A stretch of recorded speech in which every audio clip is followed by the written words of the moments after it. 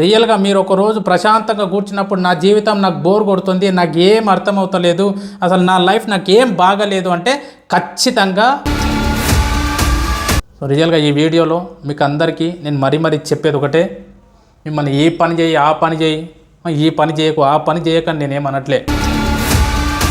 Job ఉన్న వాళ్ళే సంతోషంగా ఉన్నారని నువ్వు అనుకుంటే ఎన్నో కాంపిటేటివ్ ఎగ్జామ్స్కి ప్రిపేర్ అయ్యే వాళ్ళు కూడా కొంతమంది ఏదో ఒక బిజినెస్ పెట్టి దాంట్లో లాస్ అయినవు, ఏదో బిజినెస్ పెట్టి లాస్ ఇలా రెంట్ కట్టుకుంటూ రాజులాగా నీకు నచ్చిన ఇంట్లో రెంటుకుంటున్నావు. మన మనస్థితి బాగుంటే పరిస్థితులు ఎంత దారుణంగా ఉన్నా మనం సంతోషంగా ఉండొచ్చు. అద్భుతమైనటువంటి జీవితాన్ని, అద్భుతమైనటువంటి క్షణాలని ఎందుకు నాశనం చేసుకుంటున్నావు? అందరికీ నమస్కారం అండి, నేను మీ సేవక్ కుమార్. అయితే ఈ వీడియోలో నేను ఒక విషయం గురించి మీతో మాట్లాడాలనుకుంటున్నాను.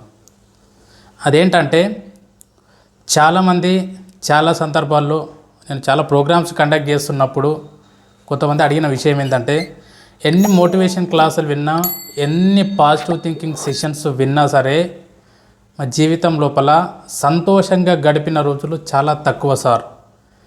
సో ఈ రకంగా సంతోషంగా గడిపే రోజులు అనేటివి రోజు రోజుకు తగ్గిపోతున్నాయి. ప్రతిరోజు ఏదో ఒక టెన్షన్, బాధ, పిచ్చి పిచ్చి ఆలోచనలతోనే జీవితం గడిచిపోతుంది అని చెప్పి చాలామంది నన్ను అడిగారు. సో వాళ్ళందరికీ ఈ వీడియో ద్వారా నేను చెప్పదలుచుకున్నది ఒకటే, నీ జీవితం నీకు అందంగా కనబడట్లేదంటే నా అభిప్రాయం ప్రకారం దానికి ఒక బలమైనటువంటి కారణం నిన్ను నీవు వేరే వాళ్ళతో కంపేర్ చేసుకొని నిన్ను నువ్వు తక్కువ అంచనా వేసుకోవడం. ఫస్ట్ పాయింట్ ఇది. ఈ వీడియో చూస్తున్న ప్రతి ఒక్కరు ఒక్కసారి ఆలోచించుకోండి.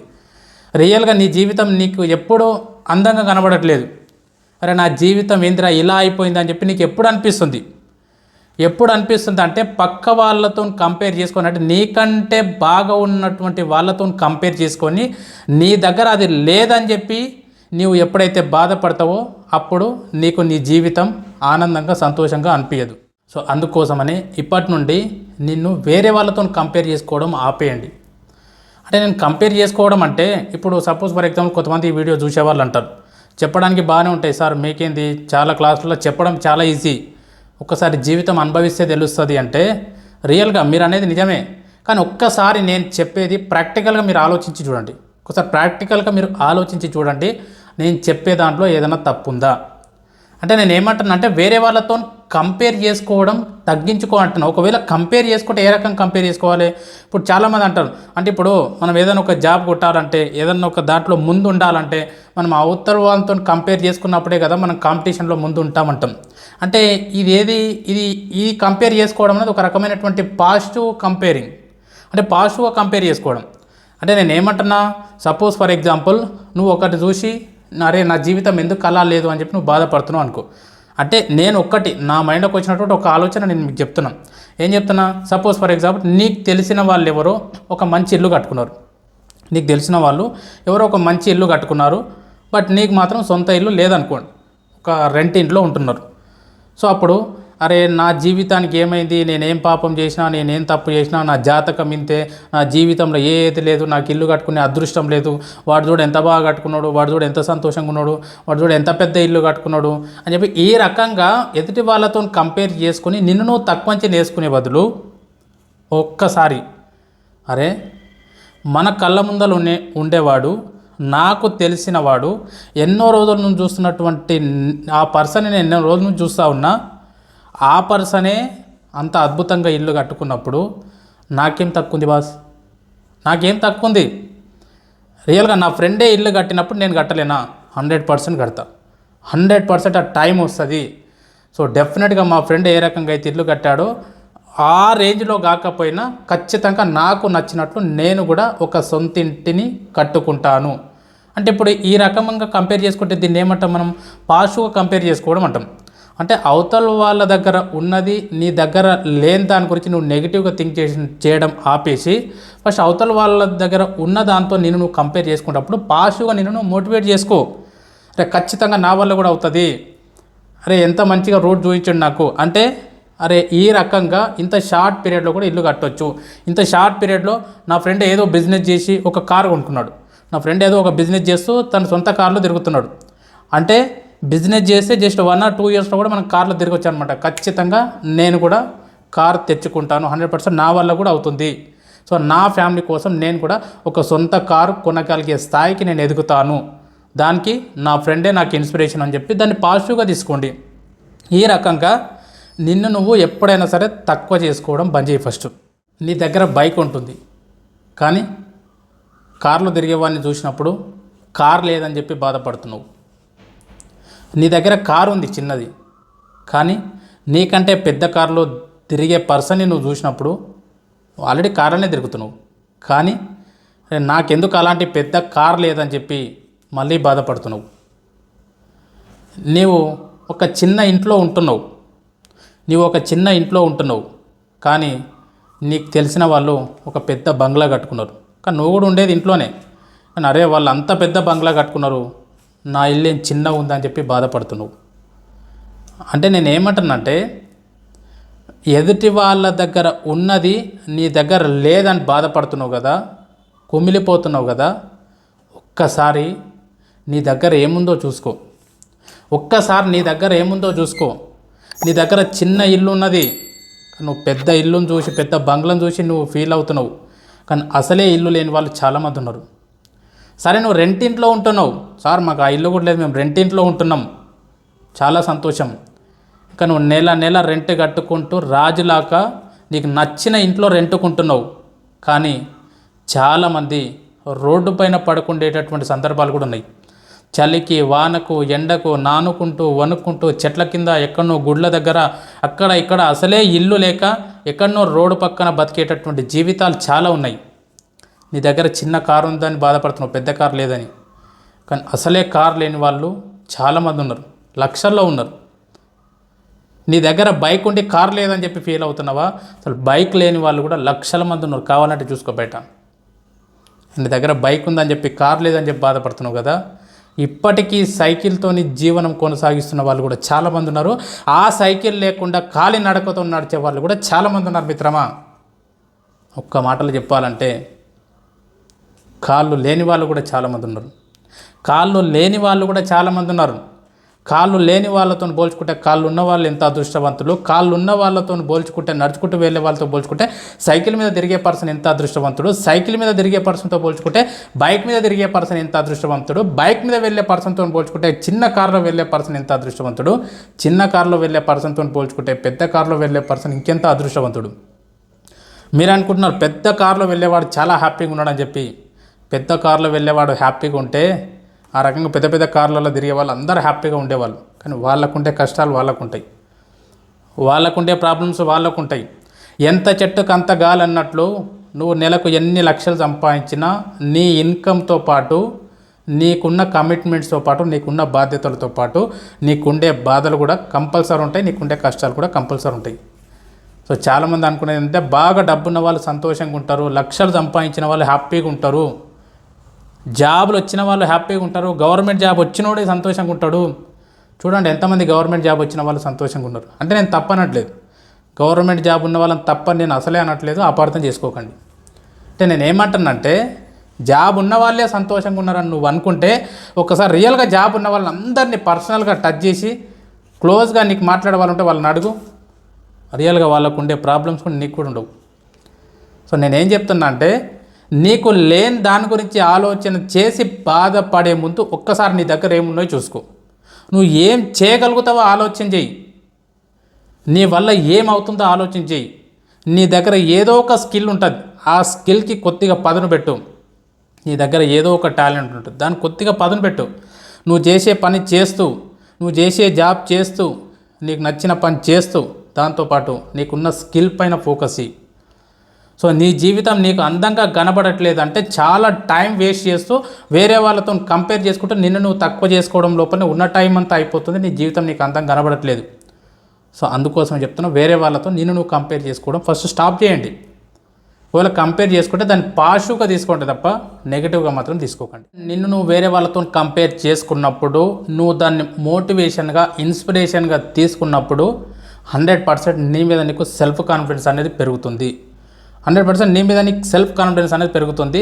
ఆ సెల్ఫ్ కాన్ఫిడెన్స్తో 100% నువ్వు ఆనందంగా ఉండగలుగుతావు, నువ్వు అనుకున్నది కూడా సాధిస్తావు. సో ఈ రకంగా ఫస్ట్ నేను చెప్పేది ఏంటంటే, నీ జీవితం నీకు అందంగా కనబడాలంటే వేరే వాళ్ళతో కంపేర్ చేసుకోవడం, పోల్చుకోవడం తగ్గించండి. ఒకవేళ ఏదన్నా విషయంలో పోల్చుకోవడం వస్తే దాన్ని కూడా పాజిటివ్గా తీసుకోండి. దాన్ని కూడా పాజిటివ్గా తీసుకొని నా వల్ల కూడా అవుతుంది, నేను కూడా రీచ్ అవుతాను, ఆ పర్సనే రీచ్ అయినప్పుడు నేను ఎందుకు రీచ్ కాలేను, ఆ పర్సన్ సక్సెస్ అయినప్పుడు నేను ఎందుకు సక్సెస్ కాలేను అని చెప్పి ఒక పాజిటివ్ మోటోతో కంపేర్ చేసుకోవడం స్టార్ట్ చేయండి. మీ జీవితాల్లో అద్భుతాలు జరుగుతాయి. సో జీవితం అందంగా కనబడకపోవడానికి మొదటి కారణం అదైతే, రెండవ కారణం ప్రజెంట్ ఈ సిచ్యువేషన్లో వర్తమానంలో ఉండి కూడా గతం గురించి ఆలోచిస్తూ ఉండడమే దానికి రెండో కారణం.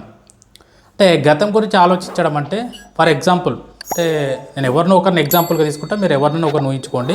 ఒక అబ్బాయి కానీ ఒక అమ్మాయి కానీ లవ్ ఫెయిల్యూర్ అయ్యి, వాళ్ళు హ్యాపీగా చదువుకున్నారు, మంచి ఇది చేసినారు, బట్ వాళ్ళు హ్యాపీగా చదువుకొని వాళ్ళ చదువు కంప్లీట్ అయిన తర్వాత వాళ్ళు లవ్ అనే ట్రాక్లో ఉండి ఏదో ఒక రీజన్ వల్ల లవ్ ఫెయిల్ అయింది అనుకోండి. ఆ లవ్ ఫెయిల్ అయినటువంటి అమ్మాయి కానీ అబ్బాయి కానీ ఎవరైతే ఉంటారో, సో వాళ్ళు అదే ఆలోచనలో ఉండి, అంటే అమ్మాయి దొరకలేదనో అబ్బాయి దొరకలేడని చెప్పి అదే ఆలోచనలో ఉండి ఎంత సమయం వాళ్ళు వేస్ట్ చేసుకుంటారంటే, కొందరైతే 2-3 సంవత్సరాల సమయం కూడా ఏ పని బాట లేకుండా ఒకటే ధ్యాసలో ఉండే వాళ్ళు కూడా చాలామంది ఉన్నారు. సరే చివరకు ఏదో ఒకటి, ఇంట్లో వాళ్ళు ఎన్ని రోజులు ఖాళీ ఉంటావు బేటా, ఎన్ని రోజులు ఇలాగే ఉంటావు, ఏదన్నా ఒక జాబ్ చూసుకో అంటే ఎక్కడనో ఒక దగ్గర జాబ్లో జాయిన్ అయ్యి 20,000కో 30,000కో ఒక జాబ్లో జాయిన్ అయ్యి ఆ జాబ్ని కూడా సాటిస్ఫాక్షన్తో చేయట్లేదు. ఎందుకు అంటే మైండ్లో గతం ఉంది. గతంలో జరిగినటువంటి ఇన్సిడెంట్ ఏదైతే ఉందో, గతంలో జరిగినటువంటి ఫెయిల్యూర్ అనుభవం ఏదైతే ఉందో దాన్నే మైండ్లో పెట్టుకొని ఆ చేయాల్సిన జాబ్ కూడా సక్రమంగా చేయకుండా అక్కడ చేసే దగ్గర బాస్తో కావచ్చు, ఇంకెవరితో కావచ్చు, అక్కడ రిమార్కులు తెచ్చుకోవడం. అంటే ప్రజెంట్ చేయాల్సినటువంటి పని మీద ఫోకస్ చేయకుండా గతంలో జరిగినటువంటి విషయాలనే మనసులో ఉంచుకోవడం వల్ల ఇప్పుడు ప్రజెంట్ నువ్వు చేస్తున్న పని మీద ఫోకస్ చేయలేకపోతున్నావు. చాలామంది ఎన్నో కాంపిటేటివ్ ఎగ్జామ్స్కి ప్రిపేర్ అయ్యే వాళ్ళు కూడా కొంతమంది, సో ఆ ఎగ్జామ్ ప్రిపరేషన్ అవుతూ కూడా గతంలో జరిగిన ఇలాంటి మిస్టేక్ని మైండ్లో పెట్టుకొని గంటలు చదివినట్లు కూర్చున్నా కూడా మైండ్లో ఏదో నడుస్తూ ప్రజెంట్ చేతిలో ఉన్నటువంటి సమయాన్ని వేస్ట్ చేసుకుంటూ ఉన్నారు. సో ఈ రకంగా జాబ్ చేసుకుంటూ ముందుకెళ్తూ ఇంకో కొన్ని రోజులు అయిన తర్వాత ఈ ఇంట్లో వాళ్ళ ప్రెషర్తోనో లేదంటే ఇంకేదో రీజన్ వల్ల ఇంట్లో వాళ్ళు పెళ్ళి చేసుకోవాలి బెటర్ తప్పదు అన్నప్పుడు, సో ఎవరో ఒక అమ్మాయినో అబ్బాయినో పెళ్ళి చేసుకున్నారు. అంటే నేను ఇందాక చెప్పిన పర్సన్ కూడా చెప్తున్నాను, ఆల్రెడీ లవ్ ఫెయిల్యూర్ అయిన తర్వాత ఒక 2-3 ఇయర్స్ టైం వేస్ట్ అయింది. సో టైం వేస్ట్ అయిన తర్వాత ఏదో ఒక జాబ్ చేయాలన్నప్పుడు ఒక జాబ్లో జాయిన్ అయ్యి అక్కడ కూడా జాబ్ పర్ఫెక్ట్గా చేయకుండా, అంటే గతంలో జరిగినటువంటి తప్పునే మనసులో పెట్టుకొని దాని గురించి ఆలోచిస్తూ ఇక్కడ చేయాల్సిన పని సక్సెస్ఫుల్గా చేయకుండా అక్కడ రిమార్కులు తెచ్చుకుంటూ, అంటే ఏ పని చెప్పినా చక్కగా చేయడు, పర్ఫెక్ట్గా చేయడు, అంత సఫిషియెంట్ పర్సన్ కాదు అని చెప్పి ఇలాంటి రిమార్క్స్ తెచ్చుకుంటూ ఆ జాబ్లో కంటిన్యూ అవుతూ, సరే ఒక మ్యారేజ్ చేసుకొని తన జీవితం లోపలికి ఒక కొత్త అమ్మాయి కొత్త అబ్బాయి వచ్చిన తర్వాత, ఇప్పుడు ఈ వచ్చిన అబ్బాయితోనైతే హ్యాపీగా ఉండాలి కదా. కానీ ఏం చేస్తారంటే గతంలో ఉన్న అమ్మాయినో అబ్బాయినో తలుచుకుంటూ ఇప్పుడు వాళ్ళ జీవితంలోకి వచ్చిన వీళ్ళతోని ఎంత డిఫరెంట్గా బిహేవ్ చేస్తుంటారంటే, అనవసరంగా వచ్చినావు నా జీవితం లోపలికి, సో నా పాత లైఫే బాగుండే, నా పాస్టే బాగుండే, మిస్ అయిపోయింది అని చెప్పి ఇప్పుడు మన జీవితం లోపలికి వచ్చిన వాళ్ళని అనరాని మాటలు అంటూ చిన్న వాటికి కూడా చిరాకు పడుతూ అసలు వీళ్ళని ఇబ్బంది పెడుతూ, అటు వాళ్ళు దూరమైనరు, ఇటు నీ జీవితం లోపలికి నిన్ను నమ్ముకొని వచ్చిన వాళ్ళని వీళ్ళని ఇబ్బంది పెడుతూ ఎవరి జీవితం నాశనం అవుతుంది ఒక్కసారి ఆలోచించండి. ఎవరి ఇమేజ్ డ్యామేజ్ అవుతుంది ఒక్కసారి ఆలోచించండి. నువ్వు చేసేది కరెక్టేనా? అంటే నేను ఏమంటున్నానంటే, గతంలో జరిగిన తప్పుల గురించే పదే ఆలోచించుకుంటూ నువ్వు కూర్చోవడం వల్ల గతంలో జరిగిన తప్పు అయితే ఒప్పు కాదు. గతంలో నీ చేతుల నుంచి జారిపోయిన అవకాశం కావచ్చు, ఏదన్నా కావచ్చు, అది తిరిగి అయితే రాదు. తిరిగి రాని దాని గురించి మళ్ళీ దొరకని దాని గురించి అనవసరంగా ఆలోచిస్తూ ప్రజెంట్ నీ చేతిలో ఉన్నటువంటి అద్భుతమైనటువంటి జీవితాన్ని, అద్భుతమైనటువంటి క్షణాలని ఎందుకు నాశనం చేసుకుంటున్నావు? ఒక్కసారి ఆలోచించు. ఈ వీడియో చూస్తున్న చాలామంది రియల్గా మీరు ఒకరోజు ప్రశాంతంగా కూర్చున్నప్పుడు నా జీవితం నాకు బోర్ కొడుతుంది, నాకు ఏం అర్థమవుతలేదు, అసలు నా లైఫ్ నాకు ఏం బాగలేదు అంటే ఖచ్చితంగా మీరు కూడా గతంలో జరిగిన ఏదో ఒక దాన్ని మైండ్లో పెట్టుకొని దాని గురించే మీరు ఆలోచిస్తూ కూర్చున్నారు. సపోజ్ ఫర్ ఎగ్జాంపుల్ ఏదో ఒక బిజినెస్ పెట్టి దాంట్లో లాస్ అయినావు, ఏదో బిజినెస్ పెట్టి లాస్ అయినప్పుడు ఆ అయిన లాస్ గురించే, జరిగిన లాస్ గురించే నువ్వు ఆలోచిస్తూ కూర్చుంటే ఇక్కడ రోజులు గడిచిపోతూ ఉంటాయి. నీ జీవితంలో గ్రోత్ ఏముండదు. ఆ జరిగిన లాస్ని కూడా నువ్వు ఫుల్ఫిల్ చేయవు. అంటే నేను ఏమంటున్నా అంటే లాస్ అయితే జరిగింది, బిజినెస్లో నువ్వు నష్టపోయినావు. ఎక్కడ తప్పు జరిగిందో ఆలోచించు, ఎక్కడ మిస్టేక్ జరిగిందో ఆలోచించు. ఆ జరిగిన మిస్టేక్ని సరి చేసుకునే ప్రయత్నం చేయి. మళ్ళీ అలాంటి తప్పు జరగకుండా ఎలాంటి జాగ్రత్తలు తీసుకోవాలనో కొత్త ప్లాన్ వేయి. ఈ రకంగా రియల్గా చెప్తున్నానండి. నేను ఎంతోమంది పెద్దవాళ్ళతో మాట్లాడినప్పుడు, అంటే ఒక మనిషి ఆనందంగా ఉండకపోవడానికి కారణం అంటే వాళ్ళ వే ఆఫ్ టాకింగ్లో చెప్పినప్పుడు, వాళ్ళ మాటలు విన్నప్పుడు నా అనుభవపూర్వకంగా కూడా చెప్తున్నా, ఈ 2 విషయాలైతే ప్రధానమైనటువంటి కారణాలు. అవునో కాదో మీరు కూడా కామెంట్ రూపంలో పెట్టండి. ఆ 2 విషయాలు ఏంటివంటే, మళ్ళీ చెప్తున్నానండి. ఫస్ట్, సరే నువ్వు సంపాదించాలనుకో, నేను వద్దంటలే. అంటే ఇప్పుడు వేరే వాళ్ళతో కంపేర్ చేసుకొని ఉన్న దాంట్లోనే బతుకు, ఉన్న దాంట్లోనే జీవించు అంటే కొంతమంది ఇలా కూడా కామెంట్ పెడతారు. అంటే ఇక ఏం డెవలప్ కాకుండా, ఏం గ్రోత్ లేకుండా ఉన్న దాంట్లోనే సర్దుకోవాలంటే నేను ఏమంటున్నా, నువ్వు కోట్లు సంపాదించాలనుకుంటున్నావు, సంపాదించు. నువ్వు బిల్డింగుల మీద బిల్డింగులు కట్టాలనుకుంటున్నావు, కట్టేసేయి. నువ్వు పెద్ద కోటేశ్వరుడు కావాలనుకుంటున్నావు, ఎవరు వద్దంటలేరు.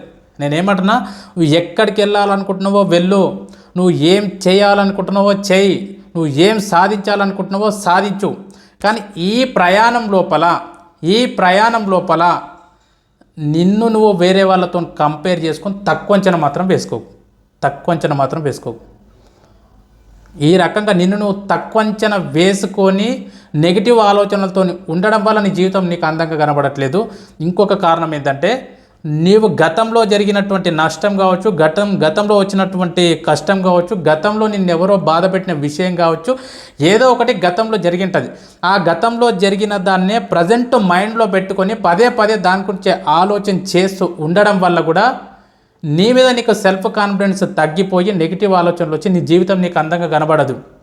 అందుకే గతంలో ఏ తప్పు జరిగినా, ఏ కష్టం వచ్చినా, ఏమైనా సరే అలాంటిది మళ్ళీ రాకుండా ఉండాలంటే ఏం చేయాలి? ఒకవేళ గతంలో జరిగిన నష్టాన్ని కానీ, కష్టాన్ని కానీ, బాధని కానీ, ఏదన్నా కానీ దాన్ని సరిదిద్దుకునే ప్రయత్నం ఏదన్నా ఉంటే చూడు. అంతేగాని దాని గురించి ఆలోచిస్తూ, దాని గురించే బాధపడుతూ అద్భుతమైనటువంటి జీవితాన్ని వేస్ట్ చేసుకోకు, వృధా చేసుకోకు. సో ఇప్పుడు నేను చెప్పినట్లు రియల్గా పక్క వాళ్ళతో కంపేర్ చేసుకుంటే మాత్రం దాన్ని మీరు మోటివ్గా తీసుకొని, ఇన్స్పైర్గా తీసుకొని ముందుకెళ్తే గతంలో జరిగిన ఏ విషయమైనా సరే, నిన్ను బాధ పెట్టిన ఏ సంఘటన అయినా సరే అది నా మంచికే జరిగిందని చెప్పి నువ్వు పాజిటివ్ థింకింగ్తో ఒక్కసారి నీ పని నువ్వు చేసుకుంటూ ముందుకెళ్ళు మిత్రమా. రియల్గా చెప్తున్నా, నువ్వు చేసే పని ఏదైనా సరే నీ ఉన్నంత సంతోషంగా ఎవడో ఉండడు. సో చాలామంది అది వచ్చిన తర్వాత సంతోషంగా ఉంటా, ఇది వచ్చిన తర్వాత సంతోషంగా ఉంటా అంటే ఒక్క ఎగ్జాంపుల్ చెప్పాలంటే 10th క్లాస్ స్టూడెంట్ని, అరే నువ్వు ఎప్పుడు సంతోషంగా ఉంటావురా అంటే 10th పాస్ అయిన తర్వాత సంతోషంగా ఉంటా సార్ అని చెప్పినాడు. 10thలో 10 పాయింట్స్ వస్తే ఇక నేను హ్యాపీగా ఉంటా లైఫ్లో అని చెప్పినట్ట. మనకి 10 పాయింట్స్ వచ్చిన తర్వాత, అరే 10 పాయింట్స్ వచ్చినావు కదా ఇప్పుడు హ్యాపీగా ఉన్నావా అంటే స్టూడెంట్ దగ్గర నుంచి వచ్చినటువంటి సమాధానం, లేదు మంచి ఇంటర్మీడియట్ కాలేజీలో జాయిన్ అయిన తర్వాత, ఒక మంచి కాలేజీలో నాకు సీట్ వచ్చిన తర్వాత అప్పుడు నేను హ్యాపీగా ఉంటా. సరే ఒక మంచి మొత్తం స్టేట్లో ఫేమస్ కాలేజీలో సీట్ వచ్చింది, అది కూడా ఫ్రీ సీట్ అనుకోండి, ఇప్పుడు హ్యాపీగా ఉన్నావా అంటే స్టూడెంట్ దగ్గర నుంచి వచ్చే సమాధానం, intermediate 2 years course MPC or BiPC ఏదో గ్రూప్ తీసుకున్నా, సో ఈ కోర్సులో నాకు ఒక స్టేట్ ర్యాంక్ వచ్చింది అనుకో, ఈ 2 ఇయర్స్ కంప్లీట్ అయ్యేసరికి నాకు స్టేట్ ర్యాంక్ వచ్చింది అనుకో, రియల్గా చెప్తున్నా నా అంత హ్యాపీగా ఎవడు ఉండడని చెప్పాడంట. రియల్గా అబ్బాయికి ఇంటర్మీడియట్ 2 ఇయర్స్ కంప్లీట్ అయ్యేసరికి, అంటే ఫస్ట్ ఇయర్లో సెకండ్ ఇయర్లో 2 టైమ్స్ కూడా స్టేట్ ర్యాంకే వచ్చింది. సో సెకండ్ ఇయర్ కంప్లీట్ అయిన తర్వాత అదే 2 టైమ్స్ నీకు స్టేట్ ర్యాంక్ వచ్చింది కదా, ఇప్పుడు నువ్వు సంతోషంగా ఉన్నావంటే అబ్బాయి దగ్గర నుంచి వచ్చినటువంటి సమాధానం, ఇంటర్మీడియట్ అయిపోయిన తర్వాత ఇంకా బోల్డ్ అని కోర్సులు ఉన్నాయి, నేను ఏం చేయాలో అర్థం అవ్వట్లేదు అసలు. రియల్గా నేను అనుకున్నటువంటి కోర్సులో నేను జాయిన్ అయ్యి సక్సెస్ అయిన తర్వాత 100% నేను హ్యాపీగా ఉంటా అని చెప్పాడట. సరే, ఒక టీచర్ జాబ్ది ఎగ్జాంపుల్ తీసుకున్నట్లయితే ఆ అబ్బాయికి ఇంటర్మీడియట్ తర్వాత ఒక డైట్ కాలేజీలో ఫ్రీ సీట్ వచ్చింది. అరే, డైట్ కాలేజీలో ఫ్రీ సీట్ వచ్చింది కదా, ఇక నువ్వు కాబోయే టీచర్ 100% నువ్వు టీచర్ అయితే ఫ్యూచర్లో ఇంత మంచి కాలేజీలో నీకు సీట్ వచ్చింది కదా, ఇప్పుడు హ్యాపీగా ఉన్నామంటే లేదు, ఈ కోర్స్ అంతా అయిపోవాలి కదా, ఈ కోర్స్ అయిపోయిన తర్వాత ఈ కోర్సులో నేను కాలేజ్ ఫస్ట్ వస్తే అప్పుడు హ్యాపీ అని చెప్పాను. కాలేజ్ ఫస్ట్ వచ్చిండు. ఫైనల్గా ఎక్కడి వరకు వెళ్ళిందంటే జాబ్ కూడా వచ్చింది. అప్పుడు ఆ పర్సన్ని, అరే నేను 10th క్లాస్ నుంచి అడుగుతున్నా, రియల్గా చెప్తున్నా, అప్పుడు హ్యాపీగా ఉంటా, ఇప్పుడు హ్యాపీగా ఉంటా అని చెప్పి నువ్వు ఇప్పుడు కదా నువ్వు రియల్గా హ్యాపీగా ఉన్నావు, జాబ్ వచ్చింది, నీ లైఫ్లో ఇప్పుడున్నంత కిక్కు ఇప్పుడున్నంత హ్యాపీనెస్ ఎప్పుడు లేదు కదా అంటే ఆ పర్సన్ అన్నాడంట, జాబ్ అయితే వచ్చింది కానీ ఎక్కడనో 100 కిలోమీటర్ల దూరంలో వచ్చింది, చాలా దూరం ఉంది, రోజు వెళ్ళి రావడానికి చాలా ఇబ్బంది అవుతుంది అన్నాడంట.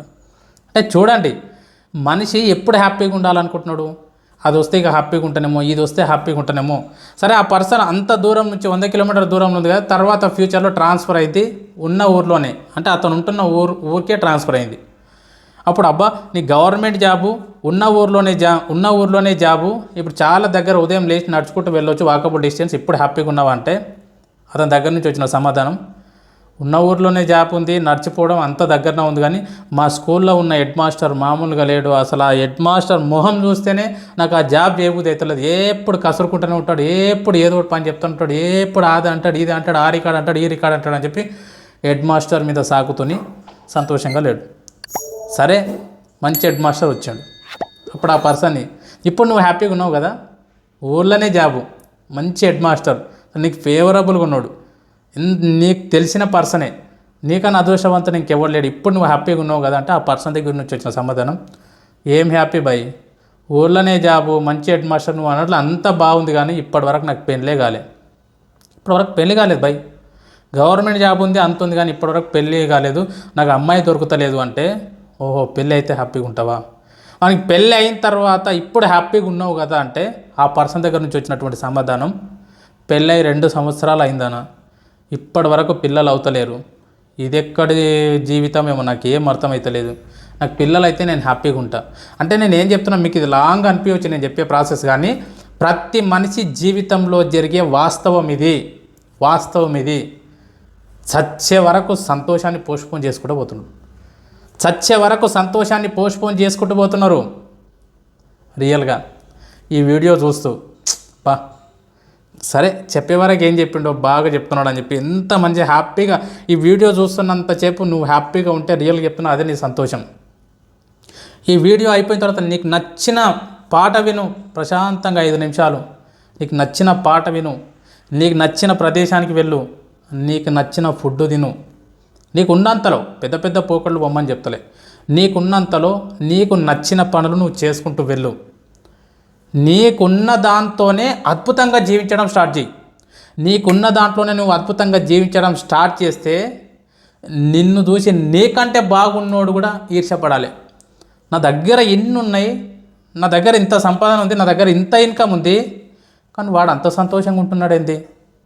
రియల్గా చెప్తున్నా, మనిషి జీవితం అందంగా ఉండాలంటే ఈ బాహ్య ప్రపంచం మీద అయితే ఆధారపడలేదు.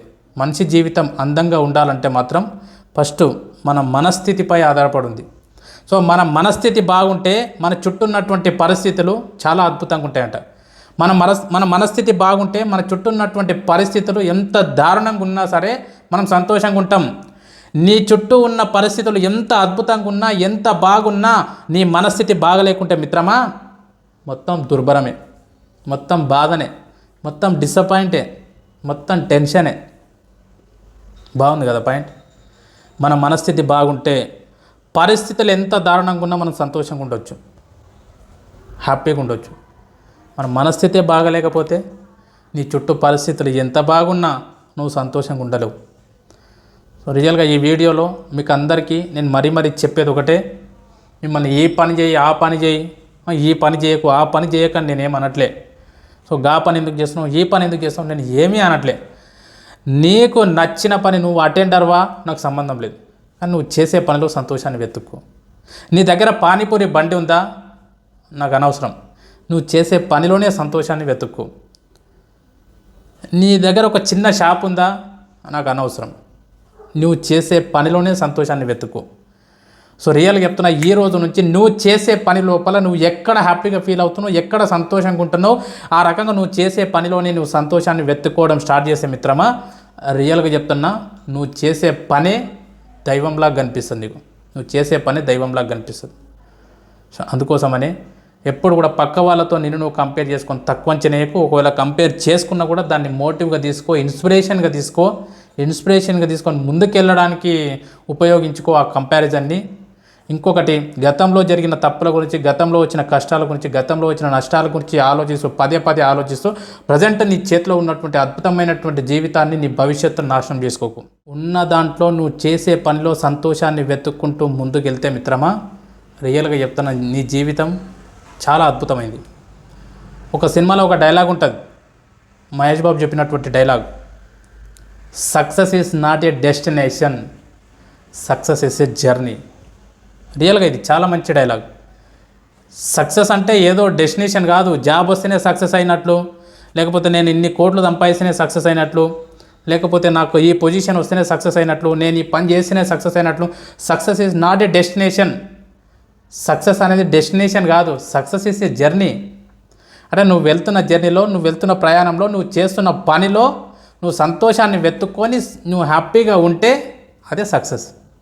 సో మీరంతా కూడా సక్సెస్ఫుల్ పర్సన్సే అని చెప్పి నేను నమ్ముతూ, ఎందుకంటే మీరు అనుకోవచ్చు, మా జీవితంలో ఉన్నటువంటి కష్టాలు నీకు ఏం తెలుసు సార్, మా కష్టాలు నీకు చెప్తే నీ కళ్ళల్లోకి వెళ్ళి నీళ్ళు వస్తాయి, చెవులకి వెళ్ళి రక్తం వస్తుంది సార్ అంటే, రియల్గా చెప్తున్నా, ప్రతి ఒక్కరికి చేతులు జోడించి మరీ చెప్తున్నా, మీరు అనుకుంటున్నట్లు మీ జీవితంలో మాత్రమే కష్టాలు ఉన్నాయని చెప్పి మీరు అనుకుంటున్నారు కదా, అది మాత్రం 100% రాదు. ప్రతి ఒక్కరి జీవితంలో కష్టాలు ఉంటాయి. ఇందాక చెప్పినా కదా, ఎంత చెట్టుకు అంత గాలి అన్నట్లు ప్రతి ఒక్కరి జీవితంలో కష్టాలు ఉంటాయి. కొంతమంది చెప్పుకుంటారు, కొంతమంది చెప్పుకోరు. ప్రతి ఒక్కరి జీవితంలో కావాలంటే టచ్ చేయండి, ఎంతమంది తెలుసో అంతమందిని టచ్ చేయండి, ఏ ప్రాబ్లమ్స్ లేవా. ఒకవేళ కొంతమంది ఉన్నా కూడా లేవని చెప్పుకుంటారేమో నాకు తెలియదు, కానీ ఖచ్చితంగా ప్రతి ఒక్క మనిషి జీవితంలో ప్రాబ్లమ్స్ ఉంటాయి. కష్టాలతో పోరాడితేనే జీవితం అనేది సంతోషంగా ఉంటుంది, జీవితం అనేది హ్యాపీగా ఉంటుంది. కష్టం ప్రాబ్లం అంటున్నావు కదా, నీకు వచ్చినటువంటి కష్టం గురించి నువ్వు బాధపడే ముందు, నీకు వచ్చినటువంటి కష్టం గురించి నువ్వు భయపడే ముందు, కన్నీళ్ళు పెట్టుకునే ముందు ఒక్కసారి ఆలోచించు మిత్రమా. నిన్ను ఈ ప్రపంచం లోపలికి తీసుకొచ్చేటప్పుడు నీ తల్లి పడ్డటువంటి పురిటి నొప్పుల బాధ కంటే ఎక్కువనా నీ కష్టం? కాదు కదా. మనల్ని కన్నా మన అమ్మ మనని ఈ ప్రపంచం లోపలికి తీసుకొచ్చేటప్పుడు తను పడినటువంటి పురిటి నొప్పుల బాధ కంటే ఎక్కువనా ఈ కష్టం? కాదు కదా. అంత పెద్ద కష్టాన్నే తను హ్యాపీగా స్వీకరించి నవ్వుతూ మనల్ని ఈ ప్రపంచం లోపలికి తీసుకొచ్చినప్పుడు ఈ చిన్న కష్టాలకు, చిన్న బాధలకు ఎందుకు కుమిలిపోతూ జీవితాన్ని నాశనం చేసుకుంటున్నావు? నా జీవితంలో ఏమైతలేదు, నా జీవితంలో ఏం అద్భుతాలు జరుగుతలేవు, నా దగ్గర డబ్బులు లేవు, నా దగ్గర ఆస్తులు లేవు. ఉన్నోళ్ళంతా హ్యాపీగా ఉన్నారనుకుంటున్నావా? ఒకసారి ఆలోచించు మిత్రమా. లేని దాని గురించి ప్రయత్నం చేయి, లేని దాన్ని సంపాదించడానికి ప్రయత్నం చేయి, కానీ లేదని బాధ మాత్రం పడకు. ఎంత అద్భుతమైన జీవితం తెలుసా? ఎక్కడి నుంచి వచ్చి ఒక్కసారి నువ్వు వేరే వాళ్ళతో నిన్ను కంపేర్ చేసుకునేటప్పుడు నిన్ను నువ్వు కంపేర్ చేసుకో. నిన్నటి కంటే ఈరోజు బాగున్నవా లేదో చూసుకో. గత సంవత్సరం కంటే ఈ సంవత్సరం నువ్వు బాగున్నవా లేదో చూసుకో. ఇంత మంచిగా 10th క్లాస్ కంప్లీట్ అయింది, ఇంటర్మీడియట్ కంప్లీట్ అయింది, నీ కోర్సులన్నీ కంప్లీట్ అయినాయి. ఎక్కడో ఒక దగ్గర తక్కువ జీతంకు జాయిన్ అయినావు, స్టార్టింగ్లో 5,000కు జాయిన్ అయినావు, ఇప్పుడు అదే 5,000కు పనిచేస్తున్నావా? కాదు కదా. ఖచ్చితంగా పెరిగింటుంది కదా శాలరీ. అయితే 3 పూటలు తినడానికి కూడా లేక కష్టాలు పడుతున్నావా? కాదు కదా. 3 పూటలు తింటూ మంచిగా హ్యాపీగా కంటి నిండా నిద్రపోతున్నావు కదా. అంతకంటే అదృష్టం ఇంకేం కావాలి బాస్? అంతకంటే అదృష్టం ఇంకేం కావాలి? కోట్లు సంపాదించిన వాళ్ళు కూడా చాలామంది కంటి నిండా నిద్ర లేని వాళ్ళు ఉన్నారు తెలుసా నీకు? అందుకే నేను చెప్తున్నా, నువ్వు ఏం చేయాలనుకుంటున్నావు చేయి బాస్, కానీ ఉన్న జీవితాన్ని మాత్రం, ఉన్న పరిస్థితులను మాత్రం ప్రేమించుకుంటూ, నీ పనిని నువ్వు ప్రేమించుకుంటూ హ్యాపీగా నువ్వు చేసే పనిలో నువ్వు సంతోషాన్ని ఎప్పుడైతే వెతుక్కుంటావో అప్పుడు నీ జీవితం అంత అందంగా ఎవరిది ఉండదు. సో ప్రతి ఒక్కరు కూడా ఈ వీడియో చూస్తున్న ప్రతి ఒక్కరు కూడా మీ జీవితాలు, అందరి జీవితాలు కూడా చాలా అందంగా ఉన్నాయని చెప్పి నేను ఇప్పుడు అనుకుంటున్నా. అవునా కాదా? నిజం చెప్పండి. నీ జీవితం ఎంత అద్భుతమైన జీవితం అంటే మామూలు జీవితం కాదు, చాలా అద్భుతమైన జీవితం. గతంలాగానే ఇప్పుడు లేదు, చాలా బాగున్నావు.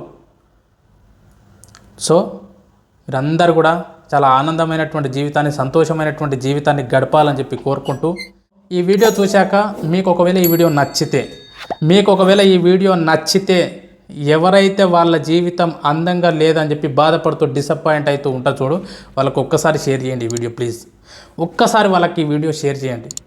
ఎందుకంటే చెప్పలేం, ఈ వీడియోలో ఏ ఒక్క పాయింట్ నచ్చి నెగిటివ్గా ఆలోచన చేస్తూ బాధపడే వాళ్ళు హ్యాపీగా ఉంటే చాలు, ఒక జీవితాన్ని బాగు చేసిన వాళ్ళం అవుతాం, ఒకరి ఆలోచన విధానాన్ని మార్చిన వాళ్ళం అవుతాం. సో ఖచ్చితంగా ఈ వీడియోని నీకు తెలిసిన వాళ్ళకు, నీ సర్కిల్లో ఉన్న వాళ్ళకు షేర్ చేస్తారని చెప్పి, పంపిస్తారని చెప్పి ఆశిస్తూ మీ Sevak Kumar. Thank you very much.